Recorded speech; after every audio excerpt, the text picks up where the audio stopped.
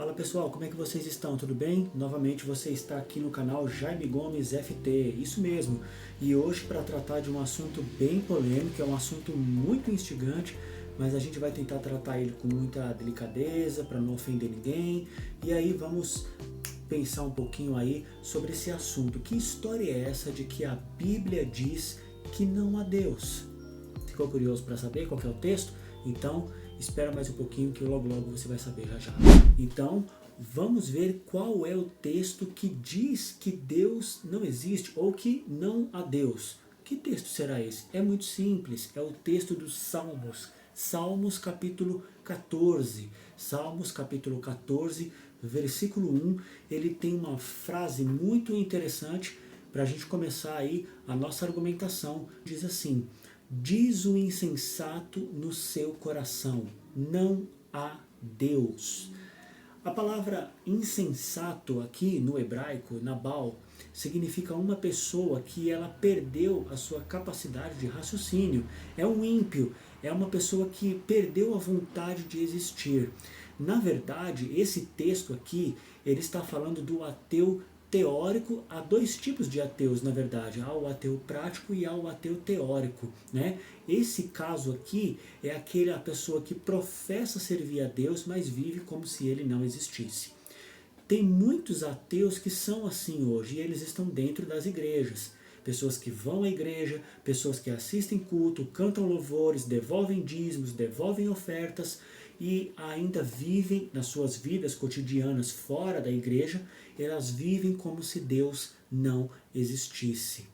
Mas não é desse tipo de ateu que eu estou falando. Eu estou falando de uma linha de ateu que você sabe muito bem qual que é. Então, se a Bíblia diz que o insensato disse no seu coração não há Deus, hoje eu quero apresentar para você 10 ou pelo menos 11 motivos pelos quais muitas pessoas se tornam ateus, desacreditando em Deus. E essas razões são razões muito sérias, diga-se de passagem. Eu tenho aqui uma obra. Esses 10 argumentos que eu vou mostrar para vocês não está aqui nessa obra. São argumentos que eu mesmo formulei através da teologia, da filosofia, mas eu queria, antes de apresentar para vocês essa obra, A História do Ateísmo. Tá? É um livro muito grande, ele vai mostrar aí desde a Grécia Antiga até os tempos modernos, o motivo, a causa do muito ateísmo, desde os filósofos gregos e até entre várias pessoas. Tá? Se você quiser dar uma olhada, ele é um livro bem grande, é um livro grosso, História do Ateísmo, de George Minions, tá bom? É um livro muito interessante também para você conhecer um pouco da história do ateísmo. A primeira causa, digamos assim, para algumas pessoas se tornarem ateus, eu vou revelar para você a primeira agora, é a causa da morte, a perca de um ente querido. Você sabia disso? Você sabia que muitas pessoas se tornam ateus ou ateias pelo motivo da perda de um ente querido? Pode ser um pai, pode ser uma mãe, pode ser um filho. Sabe aqueles tipos de pessoas que está com alguma dificuldade e tem um parente que está encamado, está entubado, está em coma, e aquela pessoa, ela clama, ela pede a Deus para que Deus poupe, para que Deus salve a vida, e que se Deus salvar a vida dessa pessoa, desse ente querido que ela ama, essa pessoa, a partir dali então, ela passará a ser mais fiel a Deus. Já viu esse tipo de situação? Pois é, e quando Deus não responde, quando mesmo assim essas circunstâncias difíceis da vida abatem essa pessoa, ela acaba deixando de acreditar em Deus. Então, o primeiro motivo da causa do ateísmo é a perca de um ente querido. Eu gostaria de ler um texto para você, ele está no livro de Eclesiastes, capítulo 7. O livro de Eclesiastes, capítulo 7, ele tem uma frase muito interessante. Acompanhe comigo a leitura. Diz assim: melhor é a boa fama do que um unguento precioso, e o dia da morte melhor do que o dia do nascimento. Melhor é ir à casa onde há luto do que ir à casa onde há banquete, pois nela se vê o fim de todos os homens, e os vivos que o tomem em consideração. Texto um pouquinho capcioso, não é verdade? O que significa, será? O que Salomão será que quis dizer com essas palavras, né? Salomão, ele quer dizer mais ou menos o seguinte: se não aprendermos na bonança a fundamentar as nossas crenças, corremos o risco duplo de vivermos alienados uns dos outros, achando que tudo é festa e, pior ainda, não estarmos preparados para o dia do embate. Essa é uma das primeiras razões, queridos, a causa do porquê que muitas pessoas não acreditam em Deus. É uma coisa muito interessante. O filósofo francês Sartre, ele também tem uma frase muito interessante. Ele diz assim: o homem é uma paixão fútil. Um outro filósofo chamado Albert Camus, ele também tem uma frase muito interessante. Ele diz assim: saber que todos vamos morrer faz da vida uma piada. Muitas pessoas se tornam, sim, ateus, por causa do problema da perda de um ente querido, do problema da morte. Essa é a verdade, porque eles não encontram respostas existenciais para esse tipo de problema. Por isso elas acabam perdendo a esperança e a fé num Deus Criador. É comum pessoas argumentarem, prometerem algo para Deus caso ele poupe a vida daquele ente querido. Isso é muito comum, isso é muito normal. Uma vez que isso não acontece, elas se frustram e o desespero toma conta delas. E nesse desespero faz com que elas ignorem completamente a existência de um ser transcendente. Já dizia o poeta, dramaturgo Shakespeare, grande Shakespeare, autor da obra Romeu e Julieta, ele tem uma frase muito forte, pesada, mas interessante. Ele diz assim: a vida não é nada além de uma sombra que passa, um pobre ator que pavoneia e lamúria seu instante no palco e depois não é mais ouvido. É um conto contado por um idiota, cheio de som e fúria, significando nada. Então, ao observar certas pessoas, o porquê que elas se tornam ateus, quando eu vou mencionar para você os motivos, é até razoável. Você sabia disso? É claro que hoje no Brasil e no mundo, o maior número de pessoas não são os ateus, são cristãos. Seja nos Estados Unidos, no Brasil, pelo menos aqui no Brasil, a maior parte são sim de cristãos. São uma pequena partícula de pessoas que não acreditam em Deus. Alguns são famosos, outros nem tanto. Não é verdade? A segunda causa que eu queria mostrar para você do porquê que muitas pessoas se tornam ateus é a causa patológica, ou seja, o problema dos pais. Isso é muito comum, ou seja, o motivo de muitas pessoas se tornarem ateus é por causa justamente da criação dos pais. Tem um autor norte-americano, ele escreveu um livro muito interessante chamado Paul Vitz, na verdade. Ele escreveu um livro chamado Fé Sem Pai, a Psicologia do Ateísmo. E esse autor norte-americano, ele diz o seguinte, ele explica o motivo do crescimento do ateísmo. Ele faz a seguinte declaração: crianças que têm um mau relacionamento com seus pais tendem com maior frequência rejeitar a existência de Deus.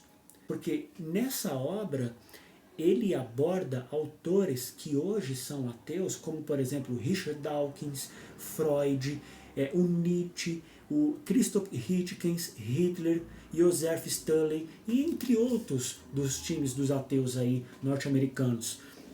E o alemão Nietzsche, que é alemão, não é americano. Mas veja, o livro também, eu gostaria de ler uma citação para você do porquê, novamente, eles se tornam ateus.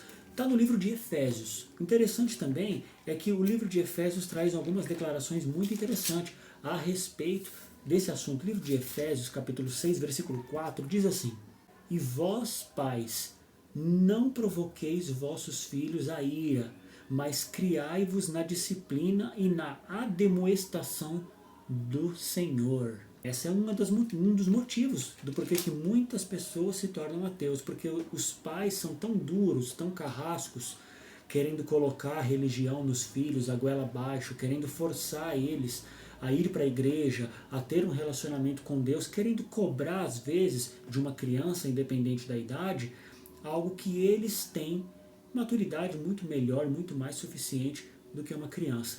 Então, há sim essa causa patológica de que muitas pessoas, muitas crianças, com o passar do tempo, elas crescem e elas se tornam ateus justamente por causa do mau testemunho, por causa do exemplo, do mau exemplo dos pais.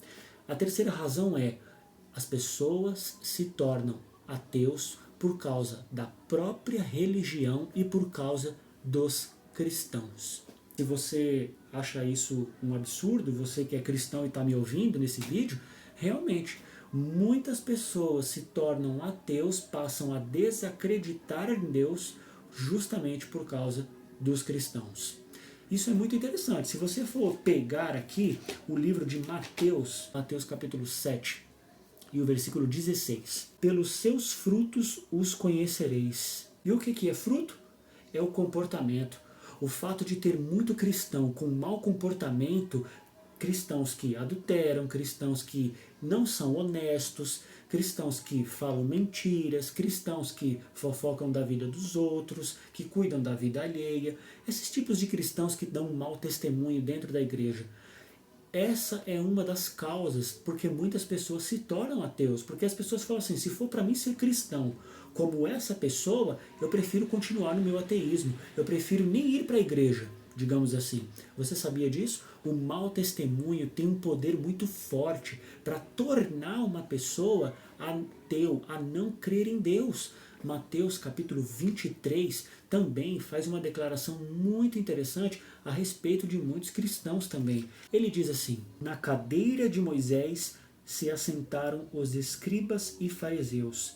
Fazei e guardai, pois, tudo quanto eles vos disserem, porém não os imiteis nas suas obras, porque dizem e não fazem. Está aí uma causa do porquê que muitas pessoas se tornam ateus, por causa do testemunho. Eles dizem, mas não praticam. Isso é muito sério, é muito sério. Então, infelizmente, muitas pessoas acabam se tornando ateus por causa da própria religião, por causa dos próprios cristãos. O filósofo Bertrand Russell, ele tem uma frase muito interessante para você comparar com esse texto de Mateus que eu acabei de ler para você. O Russell disse o seguinte: a humanidade tem dupla moral. Uma que prega, mas não pratica. Outra que pratica, mas não prega. O contato também com autores altamente céticos e ateus por parte de algumas pessoas, principalmente por aqueles que vão para as universidades, também tendem a tornar eles céticos, ateus. Cristãos que vão para as universidades para poder se formar, ser alguém na vida, chegar lá, entra em contato com esses autores intelectuais, de alto calibre de intelectual, e eles acabam se inspirando, se espelhando, e a universidade, às vezes, ela vai dar a resposta que a igreja não dá. A igreja, às vezes, negligencia as perguntas dos jovens, dos universitários, das pessoas que estão começando na fé. E justamente pela negligência dessas respostas é que muitas pessoas acabam deixando a igreja e acabam seguindo a vida não acreditando em Deus. Uma fé não trabalhada pode ser minada. O Paulo Bittencourt, autor do livro Liberto da Religião, o inestimável prazer de ser um livre pensador, ele escreveu o seguinte: o livre pensamento é o oposto do pensamento dogmático. Logo, nada pode ser mais incompatível com o livre pensamento que crenças religiosas, pois em nada há mais dogmatismo que na religião. Só livres pensadores são pessoas verdadeiramente racionais. Seu ceticismo não as deixa ser engodadas por nenhuma ideologia, não acreditando em coisa alguma desprovida de evidência. Livres pensadores são imunes também a tudo e qualquer tipo de superstição. Forte essas palavras, não é mesmo? Então, isso é o que acontece com muitas pessoas que vão para a universidade. Eles são livres pensadores, eles não precisam que ninguém, padre, bispos, prelados, papas, ninguém pense por eles o que eles devem fazer ou não. Esses são chamados livres pensadores, eles têm liberdade desenfreada para poder pensar com a própria cabeça e não ser guiado por líderes religiosos. O que a Bíblia diz sobre essas questões? Se você for abrir a Bíblia no livro de 1 Coríntios, capítulo 15, verso 33, diz assim: não vos enganeis, as más conversações corrompem os bons costumes. O próprio Paulo está dizendo que o mau testemunho, as conversas banais, corrompe a ética e a moral daquelas pessoas que são cristãs. O quinto motivo que eu quero apresentar para você é uma das coisas também muito capciosa. Veja comigo, as discrepâncias que há na Bíblia. Porque muitas pessoas leem a Bíblia de forma errada e acabam interpretando da forma como elas querem, do jeito que elas entendem. Você sabia que, por exemplo, na Bíblia há alguns contrassensos de algumas coisinhas? Veja, por exemplo, um ateu, por exemplo, ele poderia pegar a Bíblia, abrir para poder ler, e ele encontrar em 2 Samuel, por exemplo, capítulo 10, verso 18, dizendo que 40 mil homens estavam a pé. E depois, em 1 Crônicas, capítulo 19, verso 18, dizer que esses homens estavam a cavalos. Por exemplo, o livro de Marcos, por exemplo, um livro vai dizer que Jesus curou um cego de Jericó. O outro evangelista vai dizer que ele curou um. Através dessas discrepâncias da Bíblia, é um outro motivo que muita gente usa, embora essas questões já foram respondidas. Tá? Essas discrepâncias que eu estou mostrando para você, elas já foram respondidas. Mas muitas pessoas se tornam ateus porque eles acham a Bíblia contraditória. Em um texto diz uma coisa, no outro texto diz outra. No que acreditar? Porque eles acham a Bíblia contraditória. Problemas numéricos, por exemplo, né? Os que foram mortos da praga foram 24 mil pessoas, de acordo com Números 25, verso 9, ou foi 23 mil, de acordo com 1 Coríntios capítulo 10, versículo 8? Foi 25 ou foi 23 mil? 24 ou 23 mil? Um ateu lendo isso, ele vai falar, a Bíblia está cheia de contradição. Um texto diz uma coisa, o outro texto diz outra. Como que eu posso confiar num livro desse? Na verdade, é uma desculpa, um pezinho para poder não acreditar em Deus e arrumar desculpinha para não acreditar na religião. Veja também o escândalo e abuso que existe na religião, líderes religiosos também fazendo exploração de membros também com dízimos, com ofertas, com falsas curas. Você vê isso no mundo pentecostal, no mundo protestante, neopentecostal. Você vê esses tipos de absurdo, a qual muitos ateus intelectuais ao leigo, eles olham para esse tipo de comportamento das igrejas e dizem assim, ser religioso para quê? Para que ser religioso? Tito capítulo 1, versículo 16, dá uma olhada nesse texto para você ver. No tocante a Deus, professam conhecê-lo, entretanto, o negam por suas obras. É por isso que são abomináveis, desobedientes e reprovados para toda boa obra. Por isso que eles são reprovados, são desobedientes para toda boa obra. A segunda carta de Pedro também, há umas razões ali que algumas pessoas não aceitam Deus, não aceitam religião. Veja que interessante, se não é verdade, o que Pedro disse isso, já nos tempos dele. 2 Pedro capítulo 2, versículo 1 e 2 diz assim, assim como no meio do povo surgirão falsos profetas, assim também haverá entre vós falsos mestres, os quais introduzirão dissimuladamente heresias destruidoras, até o ponto de renegarem o soberano Senhor, que os resgatou, trazendo sobre si mesmos repentina destruição. E muitos seguirão as suas práticas libertinas, e por causa deles será infamado o caminho da verdade. Por causa de quem? Por causa dos religiosos, por causa de certos líderes religiosos. A causa de muito ateísmo é sim por causa de muitos líderes religiosos, que infelizmente acabam trazendo opróbrio à causa de Deus. Uma outra carta que eu gostaria de ler com você é Judas, lá pertinho do Apocalipse, que também vai tratar um pouco desse assunto, também no verso 12. Estes homens são como rochas submersas em vossas festas de fraternidade, branqueteando-se juntos sem qualquer recato, pastores que a si mesmos se apacentam, nuvens sem água, impelidas pelos ventos, árvores em plena estação dos frutos, destes desprovidas, duplamente mortas, desarraigadas. Líderes religiosos, pessoas que carregam a Bíblia na mão, pessoas que são padres, bispos, pastores, seja lá qual líder de denominação for, por causa do testemunho dessas pessoas, muita gente acaba se tornando ateu. Infelizmente. Eu gostaria de citar para você um teólogo brasileiro que você conhece ele nas pregações aí do YouTube, o grande Augustus Nicodemos, presbiteriano. O Augustus Nicodemos, ele tem uma fala muito interessante. Veja o que disse o teólogo.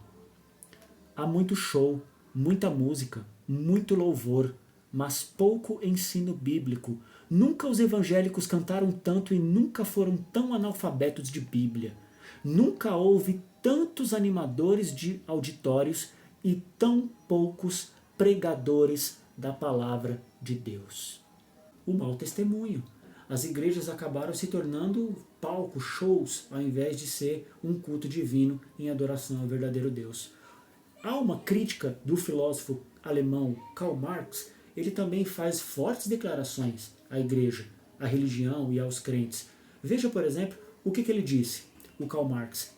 A miséria religiosa constitui, ao mesmo tempo, a expressão da miséria real e o protesto contra a miséria real. A religião é o suspiro da criatura oprimida, o ânimo de um mundo sem coração, assim como o espírito de estados de coisas embrutecidos, ela é o ópio do povo. O próprio Karl Marx, que muita gente odeia, critica os cristãos, eu não quero entrar aqui nessa pauta de comunismo e socialismo, mas ele também teceu fortes críticas à religião. Será que eles estão errados de um todo? Eu sempre disse em alguns vídeos meus, ou até pregações, que a coisa mais difícil que tem é admirar aquele que você discorda, não é verdade? Veja bem, a falta de piedade também por parte de muitos cristãos, por parte com os necessitados. Os ateus veem essa falta de piedade com o próximo e por isso acabam não acreditando em Deus.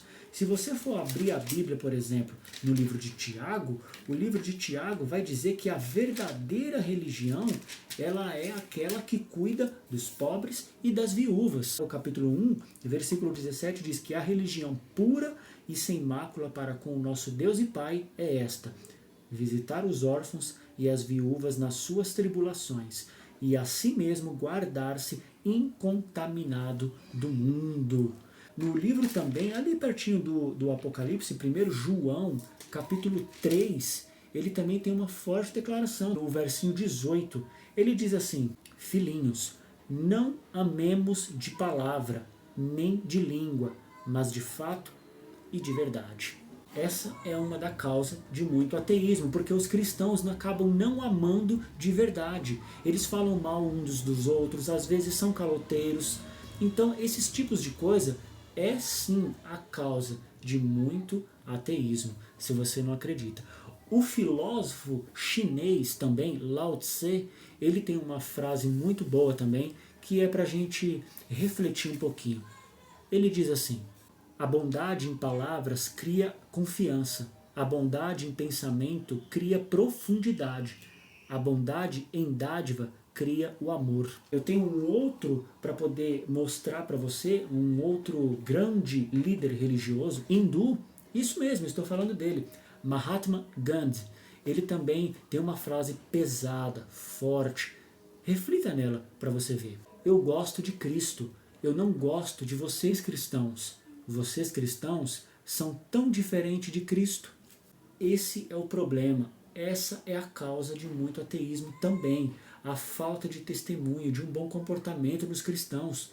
Eu vou citar para você aqui agora uma citação um pouquinho longa, mas eu quero que você preste bem atenção nessas pessoas que eu citei para você perceber se no fundo, elas não têm um pouco de razão naquilo que elas dizem. O filósofo agora francês Michel Onfray.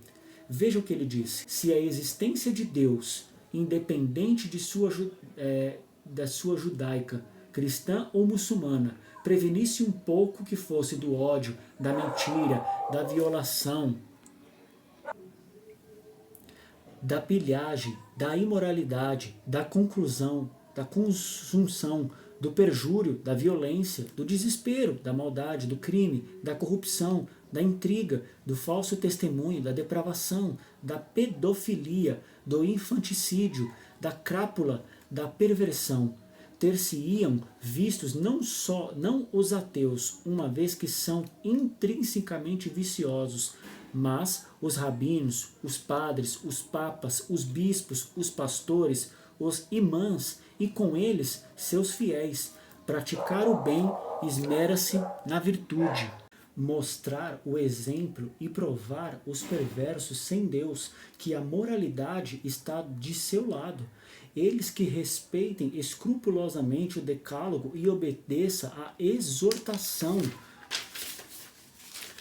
as suratas selecionadas, portanto não mintam, nem pilhem, não roubem, não violem, não deem falso testemunho, nem matem, e menos ainda fomentem atentados terroristas, a Mahatma, expedições punitivas, a faixa de Gaza, ou deem cobertura às ações de seus padres pedófilos. Ver-se-iam então os fiéis à sua volta transformando-se por seus comportamentos, radiosos exemplares. Em vez disso, deixe-se, portanto, de associar o mal no planeta ao ateísmo. A existência de Deus, parece-me, gerou em seu nome mais batalhas, massacres, conflitos e guerras na história do que paz, serenidade, amor ao próximo, perdão dos pecados ou tolerância. Agora eu quero mostrar para você o 8º motivo do porquê que muitas pessoas acabam se tornando ateus. E o motivo é os textos macabros contidos no Antigo Testamento. Isso mesmo. Há alguns textos no Antigo Testamento, como por exemplo Josué derrotando alguns inimigos de Israel e acabando com cada um deles. Esses textos são um pouco macabros na vista de muitos ateus. Eles não conseguem entender a questão das guerras de Israel, do povo de Deus, contra os seus inimigos perversos, que queriam minar, destruir, tirar do mapa o povo de Israel. Alguns desses ateus leem as Escrituras e, por um desses motivos, acabam acreditando que Deus é um Deus carrasco, que Deus é aquele Deus destruidor, que mata criancinhas, que mata um povo sem nenhum escrúpulo ou piedade. Veja bem, 1 Samuel, capítulo 15 também, se você quiser acompanhar esses textos que eu estou dizendo, leia depois com calma. Tem um texto ali também muito intrigante, onde Deus disse que mata criancinhas de peito, que mata várias pessoas ali por causa de pessoas pagãs e ímpias. Veja bem, Deus, queridos, autorizou Israel a guerrear contra alguns povos cuja índole deles estava acima da média. Então a acusação de muitos ateus à religião, porque não acreditam em Deus, é porque Deus é um Deus muito carrasco. Eu me lembro de uma frase do Nietzsche que ele disse assim, eu só acreditaria em um Deus que soubesse dançar. Essa frase está escrita no livro Assim Falou Zaratustra. Interessante, não é mesmo? Veja bem, eles acham estranho essas guerras, Deus mandando matar, massacrar as pessoas, com a ordem do mandamento não matarás. Isso é muito interessante. Seria análoga à cena de um comandante, por exemplo. A cena é mais ou menos essa aqui. Um comandante, para ele poder abater um assassino que está com a vítima ali, prisioneira, fazendo de refém, ora, o atendente, a pessoa que vai atirar, o atirador de elite, tem que estar preparado para eliminar esse inimigo que está ali fazendo o outro de refém, para poder salvar aquela vítima das garras daquele bandido. Essa ordem, para poder eliminar tal bandido, antes que ele acabe com a vítima, é mais ou menos isso o exemplo de Deus que ele faz com o povo de Israel. Eliminar esse tipo de pessoa perversa da face da terra para não acabar destruindo o mundo e as coisas que nele contém.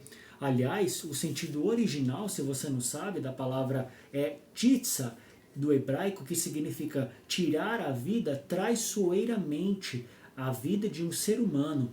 não praticarás homicídio, crime premeditado de assassinato. É isso que está no hebraico, que significa o mandamento não matarás. Outra coisa muito interessante, né, que alguns ateus também têm dificuldade em entender, é que Deus, no livro de Gênesis, capítulo 15 e o versículo 16, diz que lá Deus suportou por muito tempo a impiedade daqueles povos. Por isso que Deus agora pede para Josué entrar em Jericó e rodear a cidade 7 vezes e acabar com as pessoas que estavam naquele lugar, os cananeus, os amorreus, porque são pessoas ímpias, são pessoas que tomaram o território de Israel, que era do povo de Israel, e ali estavam habitando com as suas orgias e as suas festas pagãs também. Uma coisa que eu gostaria de apresentar para você, agora nesse momento, é a fala do biólogo, né? Que nem filósofo ele é, do biólogo ateu Richard Dawkins, autor do livro Deus um Delírio. Eu tirei essa citação do livro do Dawkins para que você possa prestar atenção no que ele diz a respeito da religião. Ele é um ateu. Veja o que ele diz. A religião pode colocar em risco a vida do indivíduo devoto, assim como a de outras pessoas. Milhares de pessoas já foram torturadas por sua lealdade a uma religião, perseguidas por fanáticos por causa de uma fé alternativa, que em muitos casos é quase indistinguível. A religião devora recursos, às vezes em escala maciça.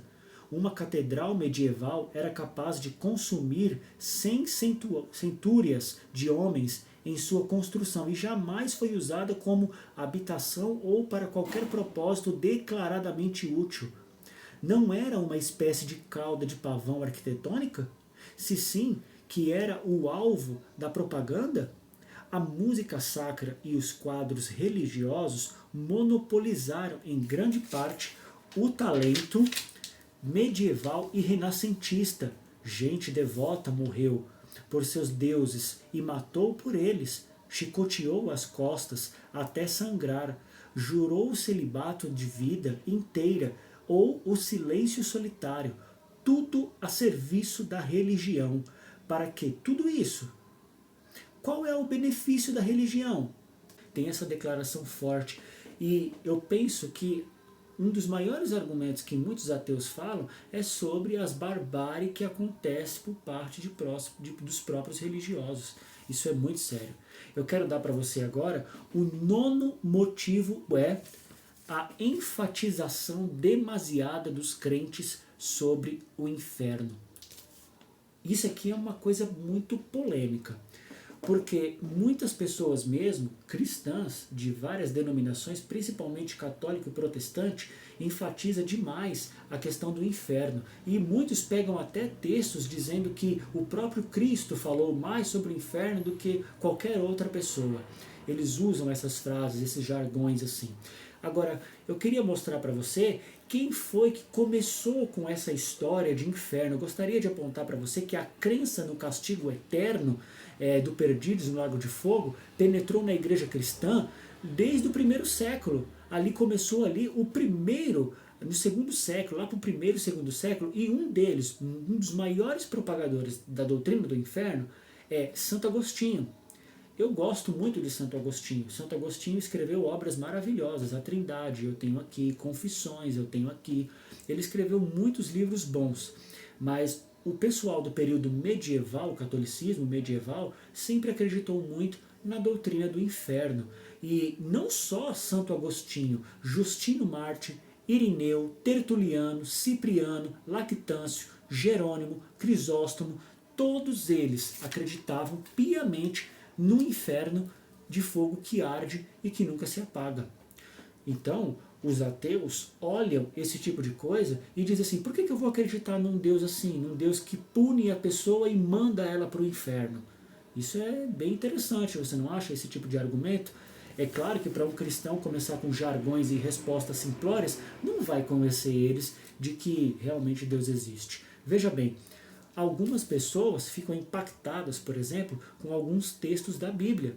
Veja, por exemplo, a forma de Daniel, capítulo 12, versículo 1 e 2, que vai falar sobre a vergonha e o horror eterno. Isaías 14, verso 9 a 11, Isaías 66, 24, Isaías 66, 15 e 16.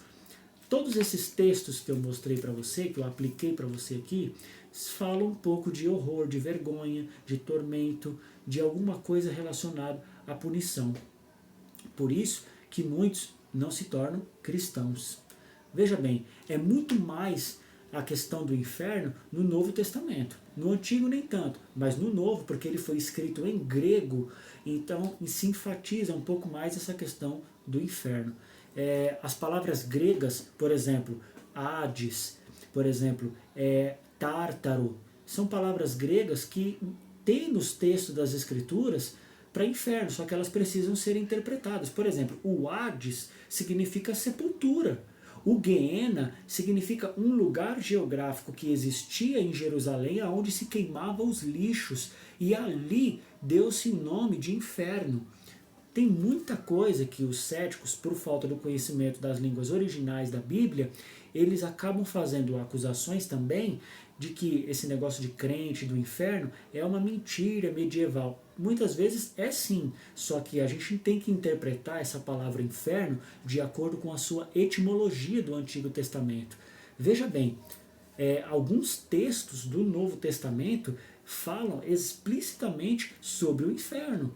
E eu não vou ler todos, mas eu gostaria de citar apenas um texto de Mateus, palavras do próprio Jesus Cristo, que disse em Mateus capítulo 5 e o verso 22. Eu, porém, vos digo que todo aquele que, sem motivo, se irar contra seu irmão, estará sujeito a julgamento. E quem proferir um insulto a seu irmão estará sujeito a julgamento do tribunal. E quem lhe chamar tolo estará sujeito ao inferno de fogo. Essa é uma das passagens em que o próprio Jesus Cristo fala do inferno de fogo. 2 Pedro, capítulo 2, versículo 4, também cita muito o inferno. Mateus também, um pouquinho mais à frente, capítulo 5, no mesmo capítulo, e agora o verso 29 e 30, Jesus diz assim: se o teu olho direito te faz tropeçar, arranca-o e lança-o de ti, pois te convém que se perca um dos teus membros e não seja todo o teu corpo lançado no inferno. E se a tua mão direita te faz tropeçar, corta e lança de ti, pois te convém que se perca um dos teus membros e não vá todo o teu corpo para o inferno. Então, para muitos, essa questão do inferno também é algo não muito aceitável, embora muitos ateus até ridicularizam e acham que o inferno não existe. De fato, hoje, na minha concepção de interpretação da Bíblia, de fato o inferno hoje não existe. Ele existirá, embora essa minha interpretação vá contra a maioria dos cristãos. Veja, por exemplo, a analogia do inferno descrito no livro do Apocalipse. Isso é um pouco macabro na mentalidade de um ateu, por exemplo. Para ler esse texto, fica um pouco capcioso. Apocalipse, capítulo 19, e o verso 19 e 20, diz assim: e vi a besta e os reis da terra com seus exércitos congregados para pelejarem contra aquele que estava montado no cavalo e contra seu exército. Mas a besta foi aprisionada, e com ela o falso profeta que, com os sinais feitos diante dela, seduziu aqueles que receberam a marca da besta, e eram os adoradores da sua imagem. Os dois foram lançados vivos dentro do lago de fogo que arde com enxofre. Então, são textos que as pessoas leem, só que elas têm dificuldade de interpretação, porque elas, numa primeira leitura, interpretam diretamente como literal. Isso é muito sério também. Estas são algumas causas que levam ao ateísmo, principalmente quando o ensinamento do inferno for ensinado como se de fato ele existisse agora, depois da morte. O filósofo também, eu gostaria de citar para você, a respeito dessa questão do inferno, o filósofo Maquiavel. Veja o que ele disse: eu quero ir para o inferno e não para o céu. No inferno gozarei da companhia de papas, reis, príncipes. No céu só terei a companhia de mendigos, monges, eremitas e apóstolos. O filósofo também, Bertrand Russell, ele também tem uma fala muito interessante. Veja o que ele disse. Ele repete isso muitas vezes. Preciso dizer que concebo toda esta doutrina de que o fogo do inferno é punição para o pecado como uma doutrina de crueldade.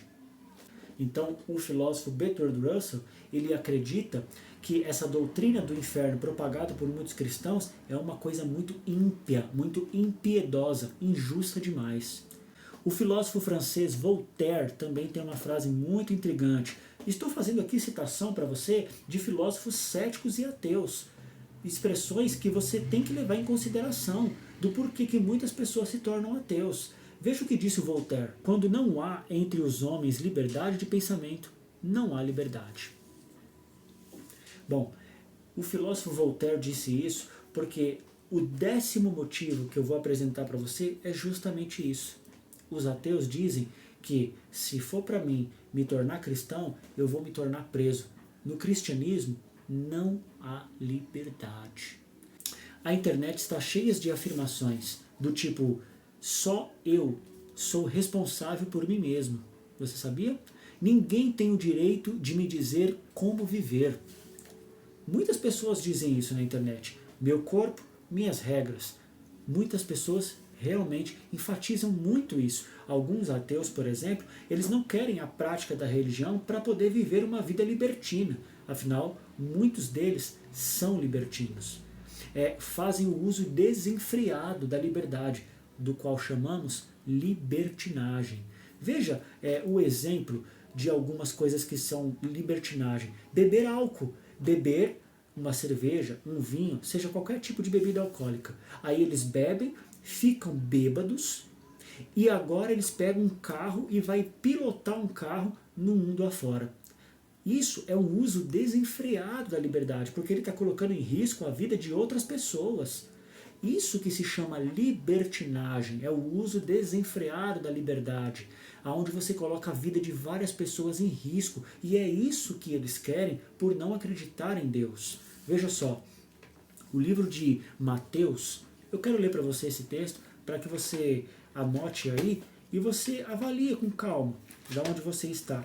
Mateus capítulo 12 e o versículo 36 e 37 diz assim: digo-vos que toda palavra frívola que proferirem os homens, dela darão conta no dia do juízo. Porque pelas tuas palavras serás justificado, e pelas tuas palavras serás condenado. Os ateus também não querem regras de moralidade, isso é muito verdade, para serem cidadãos de bom comportamento. A Bíblia contém mandamentos, contém regras, exigências que na prática os ateus não querem, essa é a verdade. Também, né? O exemplo da liberdade é a liberdade para mentir. O uso desenfreado da liberdade é a liberdade para mentir. Muitos são mentirosos sob alguma situação. Eles querem usar a roupa que querem. É uma libertinagem, é um uso desenfreado da liberdade. A liberdade de ofender aquele que pensa diferente dele. Isso é libertinagem. Muitos ateus, infelizmente, acabam adotando isso. Eu gostaria de citar para você agora uma citação do filósofo dinamarquês Søren Kierkegaard. Ele disse assim: as pessoas exigem liberdade de expressão para compensar a liberdade de pensamento que usam raramente. Deixe-me citar para você de novo um outro filósofo francês, o Sartre. Veja o que ele disse: liberdade é o que você faz com aquilo que fizeram com você. Bom, liberdade para ter quantos relacionamentos quiserem. É isso que eles querem, muitos ateus. Não querem Deus, expulsam Deus da sua vida, porque eles querem ter relacionamento desenfreado, quer pegar todas, tanto homem quanto mulher, quer fazer uma poligamia, essa é a verdade. Isso infelizmente acontece. Eles não querem responsabilidade, não quer ter uma responsabilidade de amar ou namorar apenas uma pessoa. É isso, inclusive o Bauman disse isso, que as pessoas não querem mais a responsabilidade de amar hoje em dia, infelizmente. Eu tenho uma declaração para fazer para você, muito interessante, lá perto do livro do Apocalipse, e você vai entender comigo essa desenfreada uso da liberdade que muitos propagam. No livro de Judas, versículo 7, na verdade, o apóstolo disse o seguinte: veja bem, como Sodoma e Gomorra, as cidades circunvizinhas, que havendo se entregado à prostituição, como aqueles seguindo após outra carne, são postas para o exemplo do fogo eterno, sofrendo punição. Eles querem uma vida libertina. Deixe-me novamente, estou fazendo aqui para você várias citações para você refletir. Eu coloquei gente que eu concordo, coloquei gente que eu discordo. Na maioria das citações que eu disse aqui, foi de filósofos que eu discordo. Veja bem, o filósofo alemão Hegel, ele também declarou: a verdadeira liberdade é autoconsciente, na medida que eu tenho autoconsciências ao meu redor. Para muitos ateus, por exemplo, o conhecimento é a chave para a liberdade.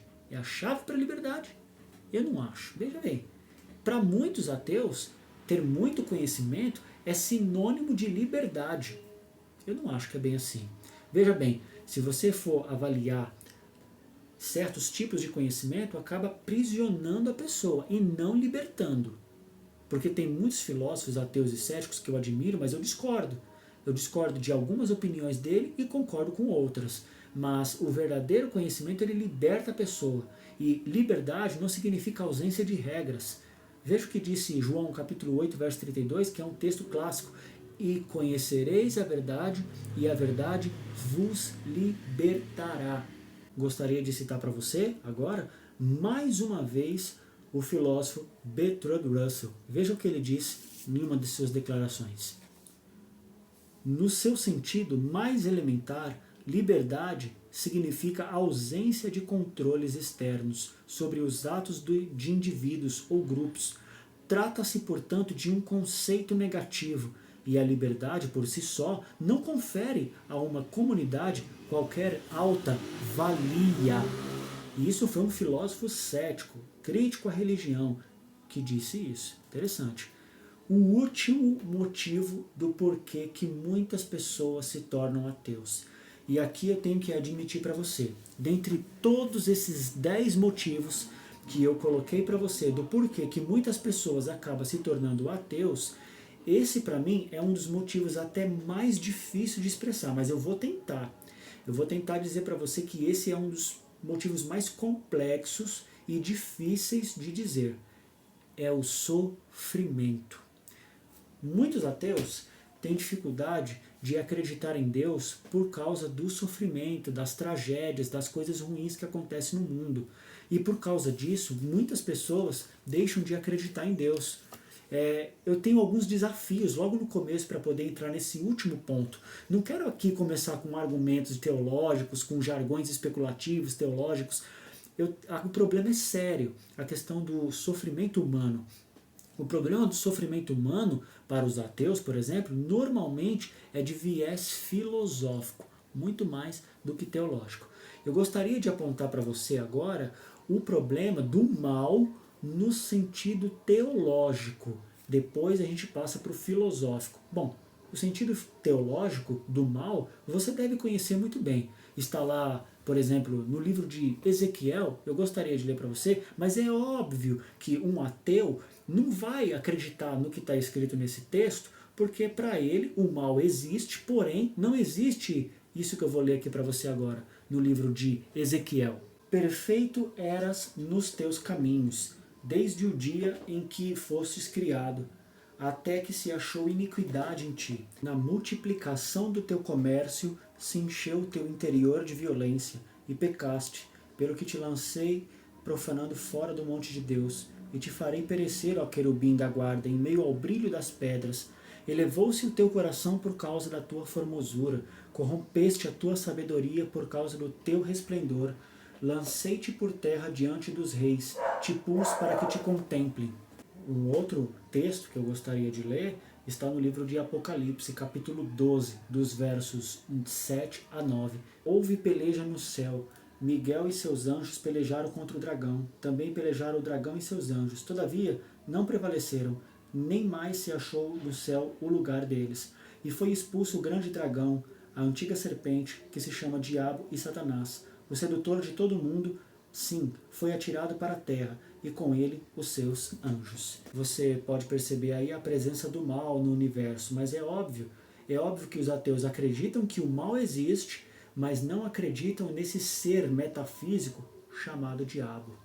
Isso é muito interessante, não é mesmo? E eu não vou nem falar para você também da questão do Jardim do Éden, onde aparece lá a cobra falando com Adão e Eva, falando para eles comerem do fruto proibido, e que a partir daí começou toda a desgraça da humanidade. É óbvio que muitos ateus desdenham da história do Gênesis, de um casal que foi colocado por Deus no Jardim do Éden e que comeram do fruto proibido, e por isso nós temos todas essas tragédias e essa desgraça. Parece que essa história não convence muitos ateus sobre o mal, na verdade, mas é interessante.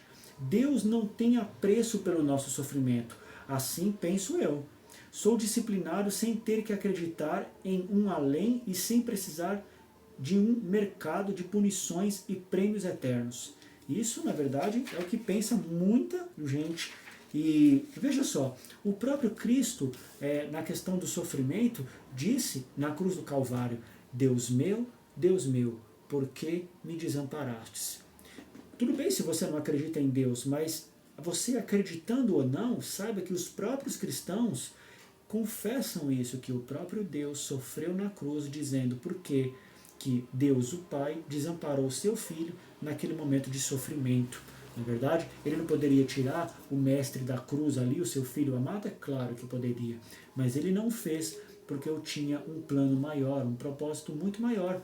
Indo direto ao assunto, sem muitos jargões, eu gostaria de propor para você agora, eu queria que você visse aí na tela o esquema da questão do ateísmo e a questão do sofrimento. Veja bem o ponto 1, o ponto 2, o ponto 3 e o 4. Primeiro, Criador de tudo, o que existe. 2. Onipotente, não há impossíveis para ele. 3. Onisciente, não há nada que ele não saiba. 4. Justo e bom. Veja, essa é a questão de Deus. Esse esquema proposto é a questão dos problemas que nós vamos abordar aqui agora. Agora veja, o problema do mal, ele existe no mundo e estamos sujeitos a ele.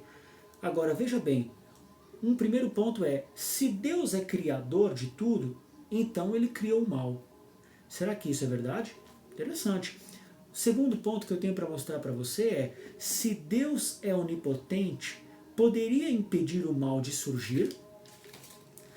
Terceiro ponto que eu tenho, digo mais, se Deus é onisciente, saberia que o mal iria surgir? Ele sabia disso. Quarto ponto que eu tenho para mostrar, se Deus é justo e bom, por que ele não faz nada para impedir o surgimento do mal? São questões que muitos ateus fazem. Se Deus é bom, se Deus é todo-poderoso, por que ele não impede todas essas catástrofes e isso acontecer? Bom, tecendo algumas argumentações, em primeiro lugar, se o mal é o maior argumento que o ateísmo tem, e o mal parece estar aumentando cada vez mais, pois acompanha exponencialmente o crescimento populacional, então a hipótese de Deus já deveria ter sido banida da humanidade, ficando restrita a um número pequeno de pessoas. Você não acha? Se esse é o problema do mal, muitas pessoas já deveriam ter deixado de acreditar em Deus faz tempo. E mesmo com a presença do mal no mundo, tem muita gente que ainda é cristão, e os ateus ainda são minorias. Que estranho, não é mesmo? Veja bem, é estranho que Deus insiste em não ir embora na mentalidade de muitas pessoas, nem a diminuição da frequência aos cultos. Na Europa, o ateísmo ainda é minoria, se você quer saber. A Europa hoje tem um alcance de até 80% dos cidadãos afirmando que a religião não ocupa um lugar importante em sua agenda pessoal. 79% ainda acredita em algum tipo de divindades e 21% dos restantes, é bom dizer que 3% não responderam à questão formulada, e os demais 18% dizem necessariamente descrer em Deus, só não sabem se ele existe. Ou seja, eles são agnósticos. Eles não têm certeza se Deus realmente existe ou não. Mas o meu ponto é, o sofrimento é o maior argumento que os ateus possuem. Devemos admitir que ele não está sendo muito convincente. pois as pessoas não estão abandonando Deus por causa da dor sem explicação. Você sabia disso? Interessante. Por que muitas pessoas que acreditam em Deus não largam a Deus por causa do sofrimento, por causa da perda de um filho, de um ente querido? Alguns largam, outros não. Lembra que eu disse no começo do vídeo que muitas pessoas se tornam ateus por causa da perda de um ente querido? De fato, é verdade, mas muitos casos não. Tem muitas pessoas que perdem seu ente querido, perdem o seu filho, mas continua firme. Uns se tornam ateus devido a essas percas e outros continuam mais crentes em Deus porque têm a esperança da ressurreição. Agora, parafraseando o grande autor russo Dostoiévski, ele disse: parece que nem as tragédias nos fizeram desistir de Deus. Então, o ponto não é a questão que o sofrimento é o argumento para a inexistência de Deus. Não. O Holocausto nazista, por exemplo, na Alemanha de Hitler, também sob os judeus, milhares de judeus foram mortos pelo nazismo nas mãos de Hitler. Por exemplo, a supremacia papal da Idade Média também, o catolicismo perseguiu e matou vários cristãos em nome da fé. E nem por isso muitos deixaram de ser cristãos. Até hoje tem muito católico e protestante. Pelo contrário, o sofrimento é o método de Deus para abaixar a nossa soberba em nós e nos enganarmos pensando que somos autossuficientes. Então, você ateu, acreditando ou não, o sofrimento ele serve para nos ensinar. A jornalista Raquel Bauman, em uma entrevista, ela declarou: aquelas pessoas que eram crentes antes do Holocausto geralmente descobriram que a experiência do campo de concentração e sua sobrevivência confirmou suas crenças, ao passo que os que eram céticos acharam que o Holocausto confirmou seu ceticismo. Na verdade, ela percebeu nos estudos dela que alguns se tornaram ateus, uns poucos, e muitos não perderam a sua fé. Veja que interessante também, por que os ateus colocam Deus no banco dos réus como culpado pelas tragédias que acontecem no mundo, mas quando dizemos que existe outro ser metafísico culpado de tudo isso, para eles soa como utopia? Essa é uma pergunta muito interessante, porque os ateus dizem assim: se Deus existisse, por que tanto sofrimento? E até muitos culpam a Deus, negam a existência dele e ao mesmo tempo culpam ele das tragédias que acontecem no mundo. Interessante, não acreditam em Deus, culpam ele das tragédias que acontecem e no final das contas não acreditam num ser metafísico chamado diabo. Interessante, né? Porque se os cristãos dizem que o diabo é o causador de todo sofrimento e não Deus, para os ateus, o culpado do sofrimento é Deus. E eles esquecem desse ser metafísico também chamado diabo, Satanás, que eu li na Bíblia para você lá no livro de Apocalipse, e também está lá em Gênesis, que ele se transfigurou numa cobra e enganou Adão e Eva. No livro de João, capítulo 8, verso 44, por exemplo, o próprio Jesus Cristo diz que o diabo é o pai da mentira e ele foi homicida desde o princípio e mentiroso, e nele não está a verdade. Que coisa, não é mesmo? Agora, que código de ética e moralidade o ateu tem para dizer que algo é errado? Bom, um texto muito usado para dizer que Deus é o culpado do mal está no livro de Isaías, capítulo 45, verso 7, onde Deus diz, lá pela boca do Isaías, ele diz assim: eu formo a luz e crio as trevas, faço a paz e crio o mal. Deus cria o mal? Se um ateu pegar o livro de Isaías e ler Isaías 45, verso 7, ele vai tentar dar um checkmate e dizer: aqui na própria Bíblia está dizendo que Deus é culpado e é ele que criou o mal. Bom, eles nunca entendem hebraico, não entendem grego, não entendem de interpretação, porque a palavra mal no hebraico, raá, significa um mal como um mal não moral, mas sim batalha, guerra. O contexto ali é Ciro que ia invadir Babilônia e ele ia derrubar aquela cidade, e a tradução melhor do hebraico para aquela tradução de mal, eu formo a luz e crio as trevas, faço a paz e crio a batalha, porque foi justamente a batalha que Ciro entrou na Babilônia e derrotou ela. Então, uma pequena tradução do hebraico da palavra mal já esclarece todo o problema em dizer que Deus não é o culpado do mal. Veja bem, o filósofo grego agora, os ateus vão aplaudir e vão falar, agora eu dei um checkmate. O filósofo grego Epicuro, ele tem uma frase muito interessante. Veja o que ele diz. Deus deseja prevenir o mal, mas não é capaz? Então não é onipotente.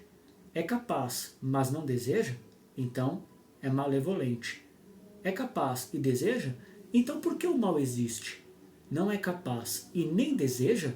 Então por que lhe chamamos Deus? O próprio filósofo grego Epicuro faz essa forte declaração aí a respeito de Deus e o problema do mal. Veja, o mal como condição ontológica, meus queridos, implica sempre numa negação ou privação de algo. Você sabia disso? Considerando, pois, que o mal é a privação do bem e nunca o contrário, posso seguramente dizer que o último é a condição natural da existência e o primeiro a intromissão não convidada. Ou seja, o mal, ele é algo que foi entronizado no mundo. Não é a causa, Deus não é o culpado do mal, mas ele é um intruso no universo. A principal característica do amor verdadeiro é essencialmente inatingível. Dizer que Deus decidiu criar e amar criaturas livres, ele mesmo assumiu um ponto vulnerável. Deus, quando cria Adão e Eva, mesmo ele sendo onipotente, e onipotência não significa fazer o que quiser indistintamente, porque Deus não duela com o seu caráter. Deus não duela com o seu caráter. Repito isso para você, tá bom? Então, ele assumiu um ponto vulnerável. Você sabe qual que é o ponto vulnerável de Deus? Ele pode ser rejeitado. Isso mesmo. E ele é rejeitado por muitos ateus.